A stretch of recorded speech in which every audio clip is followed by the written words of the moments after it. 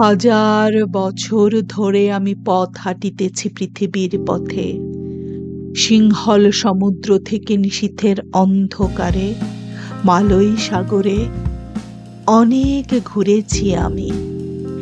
বিম্বিসার অশোকের ধূসর জগতে সেখানে ছিলাম আমি।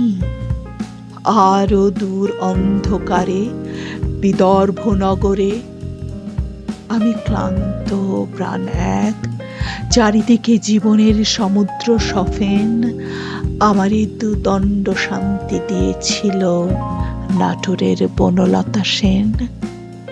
চুল তার কবেকার অন্ধকার বিদিশার নিশা, মুখ তার শ্রাবস্তির কারুকার্য।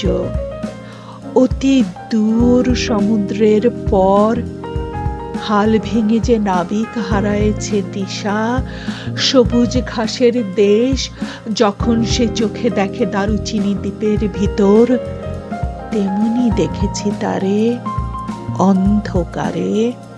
বলেছে সে, এতদিন কোথায় ছিলেন? পাখির নীড়ের মতো চোখ তুলে নাটোরের বনলতা সেন। সমস্ত দিনের শেষে শিশিরের শব্দের মতন সন্ধ্যা আসে, ডানার রৌদ্রের গন্ধ মুছে ফেলে চিল।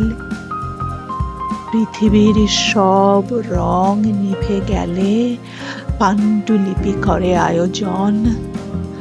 তখন গল্পের তরে জোনাকির রঙে ঝিলমিল, সব পাখি ঘরে আসে, সব নদী ফুরায়ে জীবনের সব লেনদেন। থাকে শুধু অন্ধকার, মুখোমুখি বসিবার বনলতা সেন।